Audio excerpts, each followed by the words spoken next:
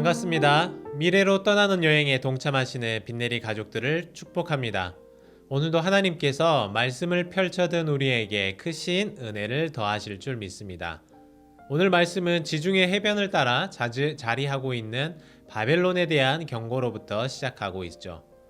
여러분도 아시다시피 바벨론은 나중에 남유다를 멸망시킬 아주 절대적인 강력한 나라였습니다. 그런데 지금 이사야가 사역하던 시대의 바벨론은 그렇게 강한 나라가 아니었어요. 아수르의 강성함 앞에서 별 볼 일 없는 나라에 불과했습니다. 하지만 하나님께서는 이스라엘의 역사만 주관하시는 분이 아니시기 때문에 앞으로 변하게 될 국제 정세에 대해 잘 알고 계셨습니다. 이미 계획이 있으셨습니다. 하나님은 이처럼 모든 나라와 민족의 흥망성쇠를 이끄시는 분이심을 배우게 되는 것이죠. 사실 이 어둡고 암울한 심판에 대한 메시지가 계속된다는 것은 오히려 유대 백성들 입장에서는 이것이 온 민족보다 어떤 강한 나라보다 크고 강하신 하나님 여호와이심을 깨닫게 되는 계기가 될 수 있었던 것입니다.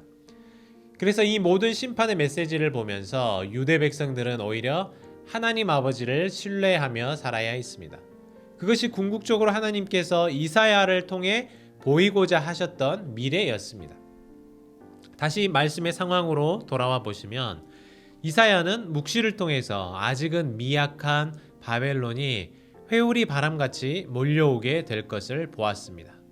이것이 얼마나 강력하고 위협적으로 유대 백성들에게 몰아닥칠 위협인지를 보여줍니다. 그런데요, 보십시오. 그들의 힘이 오래가지 않을 것이라 예언하고 있어요. 그들이 몰려오자마자 2절은 엘람, 메데라는 나라를 말하고 있습니다. 다니엘서 5장에 나오는 그 잔치 중에 갑작스럽게 멸망하잖아요. 그 사건을 이사야가 계시를 통해 미리 내다보았습니다. 이사야는 계속해서 두마와 아라비아에 대한 경고 메시지를 기록하고 있습니다. 두마는 에돔 땅으로 생각하시면 되는데요. 그들은 자신들의 상황을 밤이라고 부를 만큼 어두운 현실에 놓여 있습니다. 속히 밤이 오기를 기다립니다. 그런데 그들에게 아침이 올 것이지만 머지않아 다시 밤이 될 것이라고 합니다. 그들에게 주어진 평화의 시대가 짧다라는 것이죠. 그래서 이사야는 그들에게 돌아오라고 회개를 촉구합니다. 하나님께로 돌아서지 않는 영혼에게는 아침의 희망이 없습니다. 잠깐 뜨는 태양마저도 이내 어둠으로 바뀌게 될 것입니다. 이사야는 또한 짧은 이 두마에 대한 예언에 이어서 10번째로 아라비아에 대한 경고를 하죠. 이곳은 아라비아 광야 전체라기보다는 이 바벨론과 에돔 사이에 있는 일부 지역인데요. 이것은 유대인들과 아주 밀접한 관련이 있었습니다. 서로가 지리적으로 다른 이방의 강력한 국가들의 침입을 막아주는 방호벽 역할을 하기 때문이죠. 그러나 이러한 지리적인 이점에도 불구하고 성경은 그들이 멸망할 것이라 예언하였습니다. 때로는 영원히 내 편에 서줄 것 같던 사람들, 내 곁을 떠나거나 더 이상 나의 편이 돼줄 수 없는 모습들, 그 모습들을 보게 되지 않습니까? 그래서 성경은 여기서 유대인들에게 이방 나라를 의지할 것이 아니라 그들에게 영광도 주고 멸망도 허락하시는 여호와 하나님을 의지하고 살아야 한다는 것을 알려줍니다. 때론 우리가 하나님보다 더 신뢰하는 것이 있어요. 저 사람은 나를 지켜줄 것 같고 내가 모은 금전적인 것들이 나를 보호해 줄 것 같고 여러 가지 것들을 신뢰하고 나의 미래를 맡겨보지만 우리가 한치 앞을 내다볼 수 없는 연약한 사람들입니다. 그래서 성경은 끊임없이 이방 나라들도 다 멸망하게 될 것임을 예언하면서 영원히 변치 않으실 뿐 아니라 모든 나라와 민족의 역사까지도 인도하시는 여호와 하나님을 의지하고 살아야 한다고 일러주십니다. 이제 이사야 선지자의 경고는 예루살렘을 향합니다. 조금 의아한 생각이 들진 않습니까?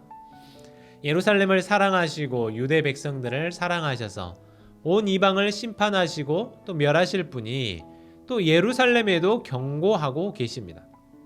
이것은 얼마나 하나님이 사랑의 하나님이시고 또 동시에 공의로운 분이신지를 보여주는 것입니다.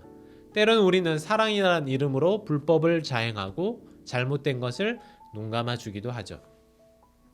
어떤 분은 다른 사람의 잘못과 부족함을 강렬하게 비판하면서도 자신이 사랑하는 사람의 잘못은 덮어주려고 하는 것을 보았습니다. 이런 잘못은 부모가 자식을 사랑한다는 이유로 많이 저지르는 그런 케이스이기도 하죠.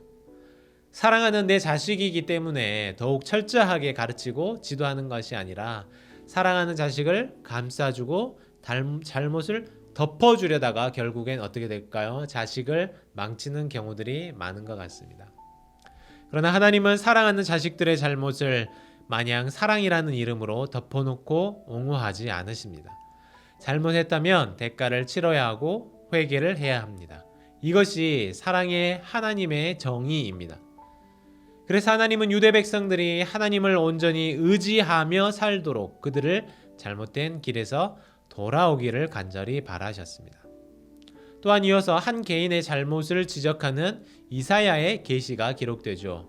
이건 매우 독특한 부분입니다. 대체로 선지자들의 경고는 한 민족 왕에게 했지 특정 개인에게 하는 경우가 별로 없거든요. 아마도 셈나는 아수르의 위협을 이겨내기 위해 하나님을 의지하는 것이 아니라 왕으로 하여금 애굽을 의지하도록 옆에서 강력하게 조언을 했을 것입니다. 본인 스스로 하나님을 신뢰하지 못한 것을 넘어서서 인간의 힘, 그것도 이방의 힘을 빌려서 위기를 이겨내려 한 것은 분명한 잘못이었습니다.